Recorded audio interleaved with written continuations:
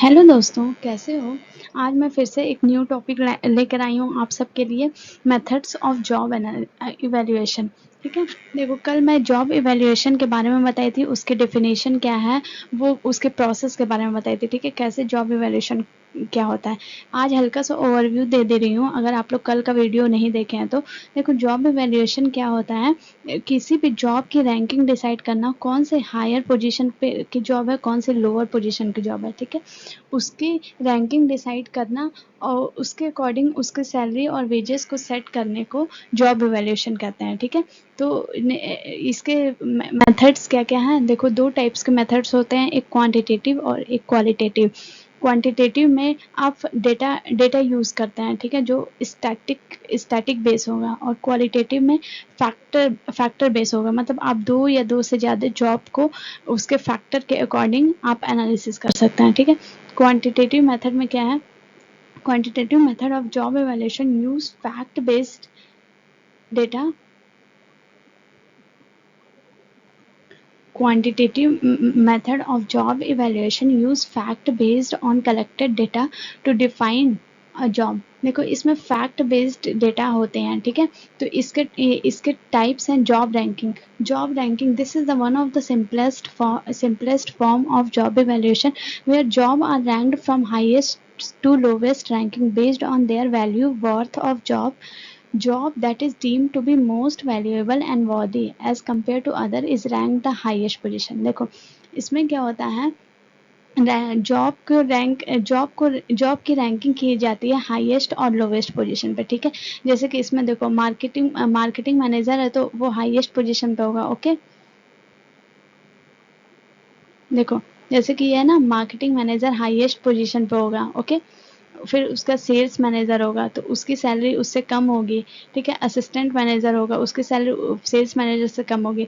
फिर ऑपरेशन होगा। ठीक है, जैसे जैसे रैंक घटता जाता है, जैसे जैसे रैंक वर्क उनके इसके जिसमें ज़्यादा स्किल्स की रिक्वायरमेंट है उसको ज़्यादा सैलरी मिलेगी। ठीक है, ऑफिस बॉय है, देखो 15,000 सैलरी, और नहीं तो ऑफिस बॉय का काम क्या होता है, वो अनस्किल्ड होता है। ठीक है, उसमें स्किल नहीं होता है, उसका काम क्या होता है, फाइल्स पहुंचाना। ठीक है, मान लो कोई कोई ऐसे मैनुअल वर्क है तो वो कर लेना, पर वो कोई भी मतलब स्टैटिक डेटा मेंटेन नहीं कर सकता है। ठीक है, उसको नहीं पता कि कैसे करना है, तो ऑफिस बॉय की सैलरी कम होगी। ठीक है, जैसे जैसे अकॉर्डिंग टू रैंक सैलरी, देखो वेजेस घटती जा रही हैं। ठीक है, यही जॉब रैंकिंग है। ओके, तो जॉब रैंकिंग देखो, simplest form of job evaluation where job are ranked from highest to lowest ranking. ठीक है, हायर टू लोअर रैंक पर जॉब को रैंक किया जाता है। ओके,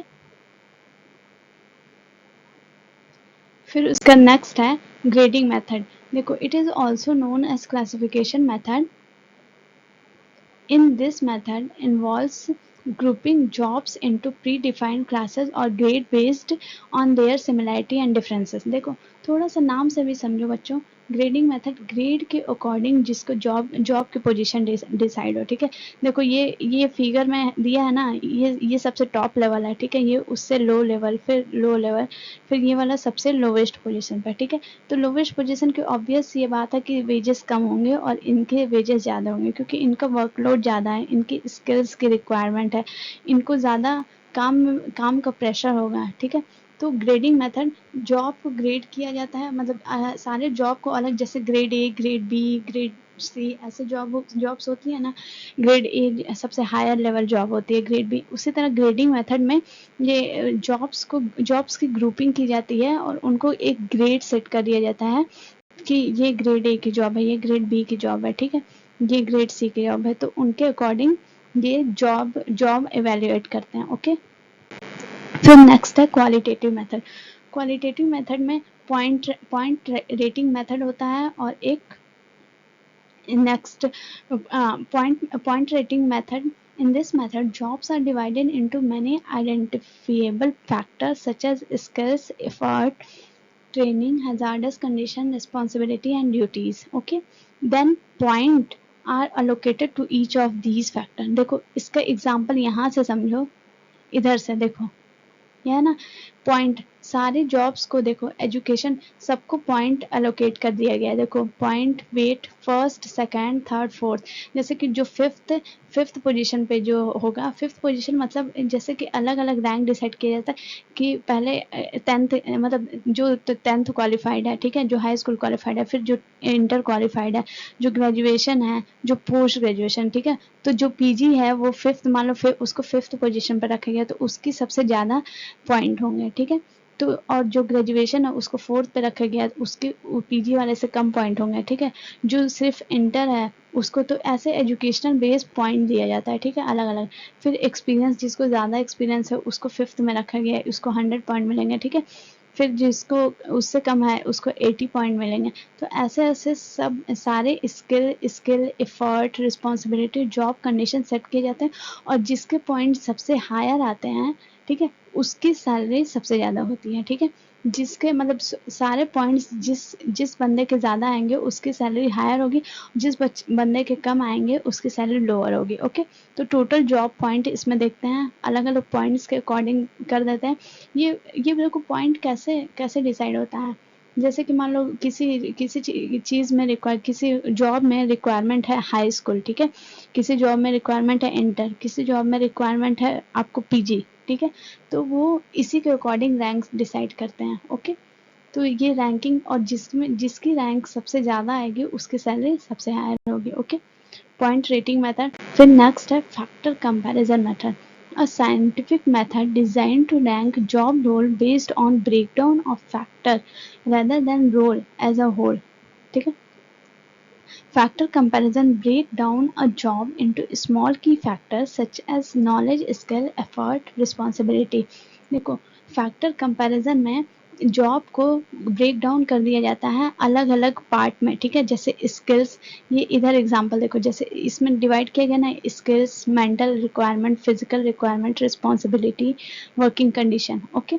तो किस जॉब में कितनी स्किल रिक्वायरमेंट है उसको भी पॉइंट की, उसको मतलब वो अलग अलग ब्रेक कर दिया जाता है एक दूसरे से कंपेयर करने के लिए, ठीक है। फैक्टर कंपैरिजन ब्रेक किया जाता है। तो देखो सबकी अलग अलग रैंकिंग है, ओके। देखो रैंक अलोकेट किया गया है, ओके। मनी वैल्यू डिसाइड करने के लिए रैंक सबको अलग अलग लोकेट किया गया है। जिसकी रैंक इसमें भी वही है, जिसकी रैंक हायर होगी उसमें उसको ज़्यादा सैलरी दिया जाएगा, और जिसकी कम होगी उसको कम सैलरी दिया जाएगा। ये skill, mental ability, physical requirement, किस में किसकी कितनी फिजिकल रिक्वायरमेंट है, ठीक है, कितनी रिस्पॉन्सिबिलिटी, कितनी ज़्यादा रिस्पॉन्सिबिलिटी किसके पास है। तो उस ये डिसाइड होता है फैक्टर कंपैरिजन, मतलब दो या दो से ज़्यादा फैक्टर को कंपेयर करके इसमें जॉब की इवैल्यूएशन करते हैं, ओके। ओके बच्चों, थैंक यू। बस जॉब इवैल्यूएशन में इतना ही था, और आप लोग चैनल को सब्सक्राइब कर दीजिए नेक्स्ट टॉपिक के लिए, और मैं ऐसे ही वीडियो लाती रहूँगी, ठीक है। आप लोग चैनल सब्सक्राइब और वीडियोस को लाइक भी कर लीजिए, और मेरे जितने भी प्रीवियस वीडियो हैं वो सारे देख डालिए, आप लोग को बेनिफिट होगा। अगर आप एमबीए के स्टूडेंट हो तो भी बेनिफिट होगा, अगर आप कॉम्पिटिटिव एग्जाम की प्रिपरेशन कर रहे हैं एचआर के लिए तो ये बेनिफिट करेगा। ओके बच्चों, थैंक यू, बाय बाय।